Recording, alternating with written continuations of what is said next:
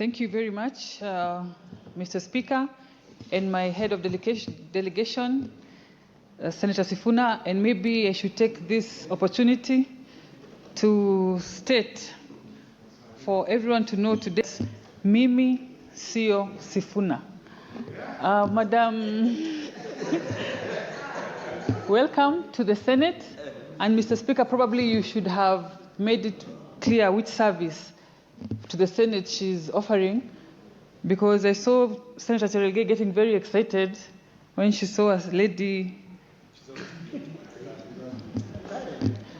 Yeah, it's good to clarify it. You might think that she's going to do your notes or your, it's good to specify which service that she's going to offer the Senate. So welcome very much to the Senate. Hivyo ndivyo tunaanza kipindi kwa kuchoma ama kuonyesha leaders wetu wakichoma. Mambo vipi? Happy Wednesday. Of course, not against the background of that video, but welcome to the Now Report with me, Daddie Marto. Wacha nikwambie hiyo video last week imechachisha mambo. Na kama watch the entire video, ukiimagine alipewa opportunity na Nairobi Senator Edwin Sifuna. Kaambiwa, wacha watu waongee. Nairobi sio ya mtu mmoja, wacha watu waongee. Alafu hivyo ndivyo alisema. Yeah, that was Senator Karen Nyamo back in March asking the speaker to clarify what the grade 10 girl the speaker introduced was going to serve in the Senate. Saying that Senator Samson Cherargei, our celebrity right here, was excited for a grade 10 girl secretary is a gross violation of the Children Protection Act and a shame to human morals. Now, wewe kama wewe, unaweza expect your senator, to catch her tongue immediately, or even, kwa situation by quickly apologizing and clarifying. No. Ni vijali chapa joke ya kwanza alafu hit home. Hiyo ya Mimi Sio Sifuna. Akona wacha endelee na hizi jokes. Yeah. And imagine it took a whole month and the girls' school, parents and the general public for her to apologize. Na hiyo apology, ndio hii. Hebu jisikilie. And with those remarks now, we are now proceeding. Senator Cherargei, maintain your peace now. Senator Karen Nyamo, please proceed to tender the apology. Madam Speaker, I will go ahead and read my apology. Madam Speaker, I, Senator Karen Nyamo, MP, hereby tender my unreserved apology to the Senate, the student under the School Voluntary Service Scheme, the family of the student, and the public for the remarks I made on Wednesday, 25th March 2026, 2027, while welcoming the student. I acknowledge that the utterances were inappropriate and fell short of the dignity, decorum, and respect expected of a state officer, particularly towards a young female learner who was in the speaker's gallery. I reaffirm my commitment to uphold the values and integrity of the Senate and to treat all persons, especially young people, engaging with Parliament with respect and courtesy they deserve. Madam Speaker, I will also go ahead to say that I was highly misunderstood. Senator Karen, very surprised. Senator Karen, just leave it at that. You may have your seat now. Kama kuna kitu ni bamba ni hapo speaker akimwambia wachi hapo.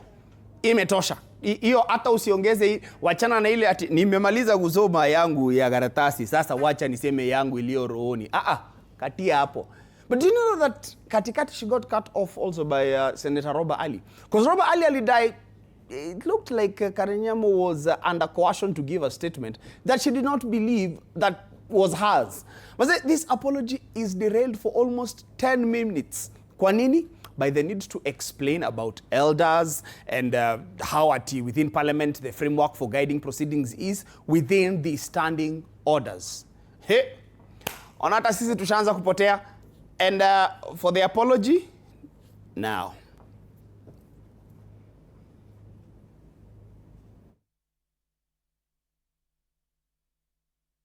Apology ndio ilikuja venye ilikuja. Ilikuja kihivo. Haya. Now, saa zingine inakaa kama kutubeba malenge, you know. But anyway, the apology was accepted by the Senate, and she was cautioned to refrain from making any such disrespectful remarks. The glass is not even half full. The glass, I think, hata ilivunjika kitambo. Now, this was a young learner who went to Parliament to get a chance to learn and hopefully get mentorship from a fellow lady. Instead, what did she get? First, disrespectful remarks, then that apology. Now, according to the Constitution of Kenya, Article 53, every child has the right to be protected from abuse, neglect, harmful cultural practices, all forms of violent, inhuman treatment and punishment, and hazardous or exploitative labor. The Leadership and Integrity Act 2022 states that an officer, a state officer, shall A, carry out duties of the office in a manner that maintains public confidence in the integrity of the office, and B, treat members of the public and other public officers with courtesy and respect. Adults should hold themselves accountable when they make a mistake and apologize truly. Sio apologies za si sorry basi. Sasi nimesema sorry. Sasi to move on. But I think the problem is the fact that this is a culture that has been inculcated by our leaders or our politicians, that wanaweza ongelelea na kuongelesha raia vile wanataka, vile wanadai.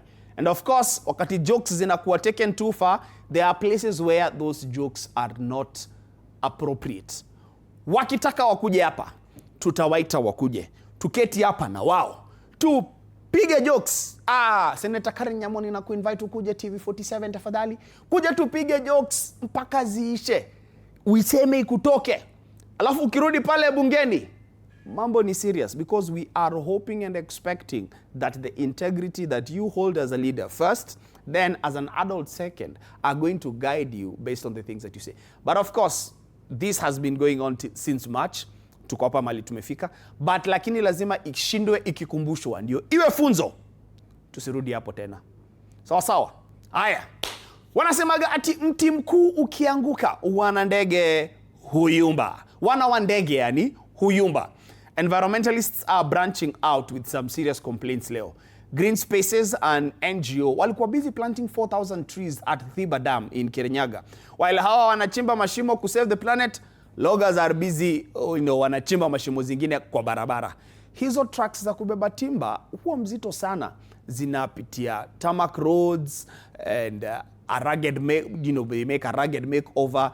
And by rugged, tunamaanisha potholes zenye zitafanya gari yako ianze kudance godha. Alafu godha tena.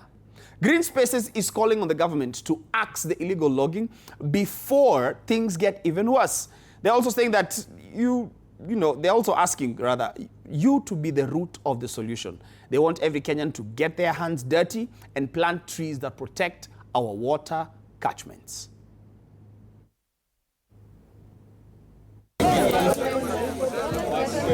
For us, it is important that we bring the community together to focus them around the government's agenda, plant 15 billion trees, and so we've taken upon ourselves in our small ways to put effort towards that goal. And today was one such day.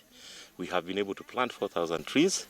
We were able to bring together various parties from Kirinyaga, schools, businesses and organizations, and we must thank all those people for their support. Most importantly is that we are making a society that is very, very aware about tree planting and about environmental sensitive ways of doing things.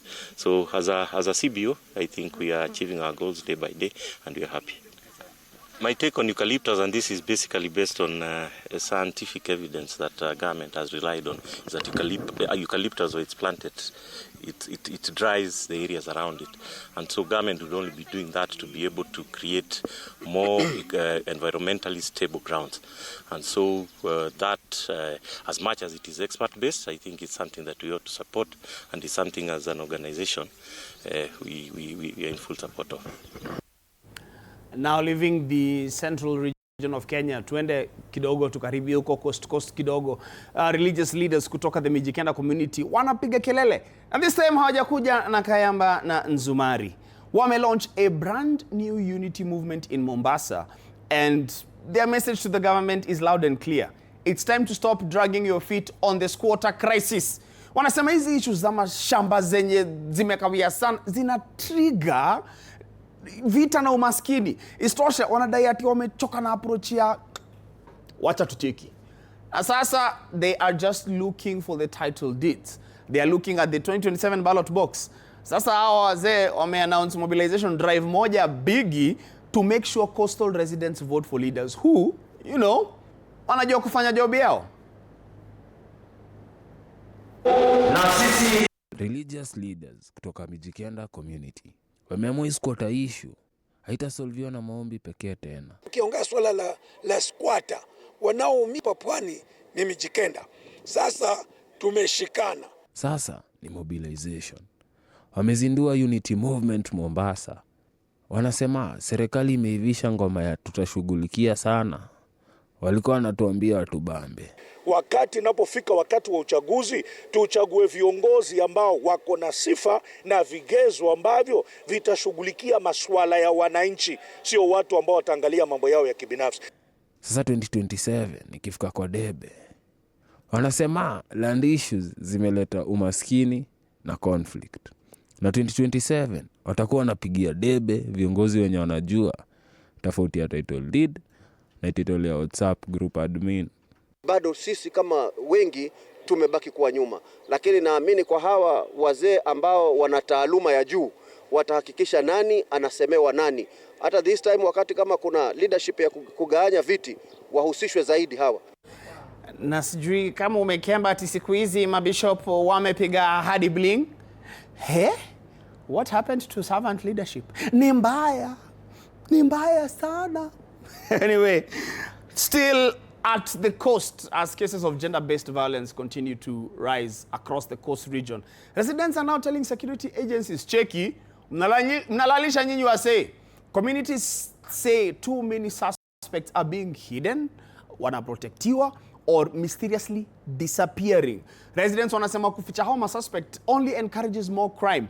Meanwhile, victims wanasuffer bila justice, jo. So, wanatakaje? Wanataka fast arrests, proper investigations, and court action against wale watapatikana na makosa ya gender-based violence. Human rights stakeholders pia wanaambiwa waendelee educating the public on human rights and the right channels for reporting GBV cases. Because apparently, watu bado wanafikiria reporting GBV cases ni kuandika mambo ya nyumbani. Tutawaiona Canon kweli hii design?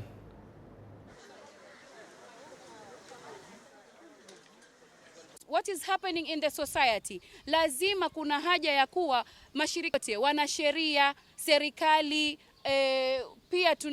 pia kina mama, jamii yote, wazee wa mtaa, kila mtu, mapolisi, tushirikiane, tuelimishane pale inawezekana, tusaidiane pale inawezekana. Kama kuna mtu yoyote ananyanyaswa kijinsia, ajitokeze. Sisi tumejitolea kama kina mama kuwasaidia. Tunawasaidia kivipi? Tumekuwa na wakili wetu hapa na amejitolea kufungua clinic free ambao hutalipa chochote kupeleka kesi yako kotini. Na pia tunaomba wazee wa mitaa na machifu wakisikia mtaa yote saizi kuna mama ananyanyaswa ama mtoto amerepiwa, manake pia hata masheiki wengine pia tumesikia wanarepu watoto kwa madrasa. Kesi bado ziko nyingi sana. Hata ya Josephine tayari mwenye amezikwa sasa bado kesi iko pale kotini. So mimi nauliza, usalama uko wapi? Usalama wetu uko wapi? Tunaomba wewe kama mama, kama bibi, ukiona ndoa yako imekushinda, usingoje uwe kwenye friji, wewe uwe maiti ndio mtu ashikwe. Ukiona kwamba ndoa imekushinda, tafadhali maisha muhimu kaa kando. Now, Nairobi State House was transformed into a hub of global diplomacy last night as President William Ruto hosted a glamorous state banquet. The event marked the pinnacle of the inaugural Africa Forward Summit 2026. The atmosphere was one of pure elegance. World leaders, heads of state, and international dignitaries gathered in Nairobi to strengthen the bonds between Africa and its global partners. Most notably, of course, France. Maluku, ma-accent, kuruka. President Ruto na suti mwecheche ajab.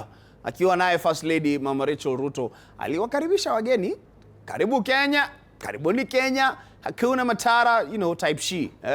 And you guessed it, among the key figures in attendance was French President Emmanuel Macron. During his address, President Ruto declared that the summit is more than just a meeting. It is the start of a bold new era. Now, I can emphasize a partnership anchored in shared prosperity, trade, and innovation. As we raise our glasses this evening, let us celebrate a renewed Africa-France partnership measured not merely by dialogue, but by the transformative impact we create together for our economies, our societies, and future generations. Africa and Europe need to go forward and walk together. And we want to be proud and committed actors. And in turn, I would like to raise my glass to the friendship between Kenya and France, to friendship between the African continent, France, and Europe.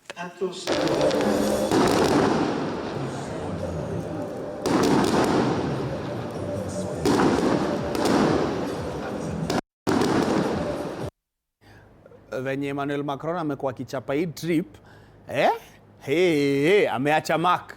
Amenyamazisha watu pale University of Nairobi, akipiga speech zake anapiga na Kifaransa. Si yani president wetu ama mtu yeyote akitoka nje aende apige speech yake na Kiswahili, watafute translator. Kwani iko nini? Apige speech na Kiswahili, watafute translator, hata yeye wajue tumetoka mahali. Si ndio? Haya. Tuendelee. Pale Kericho ni kama watu wanaamka na wana smell the coffee but hawapendi the aroma. A group of Kericho County MCAs are sounding the alarm over what they are calling a coffee black market. Now wana point kidole kwa West Valley Coffee Company Limited. The county's majority leader says the company has been setting up buying centers in Kipkelion East and West, but kuna akabita aftertaste. He claims these centers zina operate totally outside the Coffee Act. The big worry here is about the grounds for fair trade. Leaders wanaogopa these private setups zita overpower zile cooperative societies and leave the existing marketing systems in a bit of a grind. And so, ma MCA wa Kericho want everyone to play by the book. Najua, it's interesting that this, you know, cash crops, kahawa, majani, there's always an issue here and there. Mahali popote kuna pesa, watu ndio hao wana complain. Yet the farmers are the ones who are working their backs off. What happened to, you know, inaitwaje, kilimo kuwa uti wa mgongo wa economy ya Kenya? Kama farmers wanatritiwa hivi, si watu give up. Kwa sababu ninajua kuna watu wa Kiambu County wamengoa makahawa, wamengoa majani, sasa zimekuwa ma estate. Watu kwa ndio wanaishi.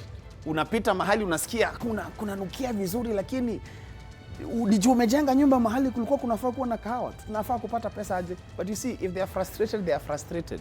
So, Kericho County, mkiweza pambaneni na hawa watu na muangoe. Kama haiwak.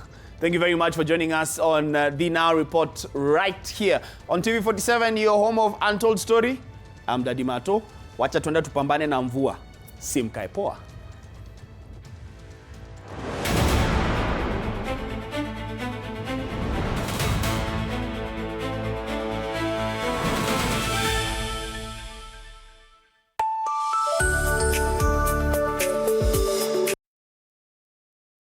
Safaricom Chapa Dimba is back. Season 5. Bigger, louder, unstoppable. Safaricom is on the hunt for the next big footballing sensation. Register your team. Visit chapadimba.safaricom.co.ke and you too can be the next football star. Cheza kama wewe. Azam TV, your favorite pay TV, just got even better. Effective 1st March 2026, we have added 5 amazing new TV channels to keep you entertained day and night. AMC Movies and Nolly Africa for the best of Nollywood movies and series. Music Box Hits and Music Box Dance for non-stop music hits and dance. And Manchester United TV for football fans. More movies, more music, more sports. All in one place.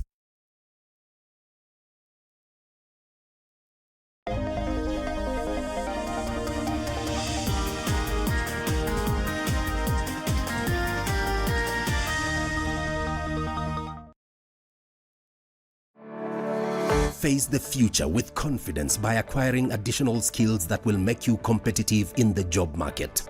Enhance your skills by undertaking professional short courses at Mount Kenya University's Center for Professional Development. These programs include Certified Human Resource Professional, Certified Public Accounts, Certified Associate in Project Management,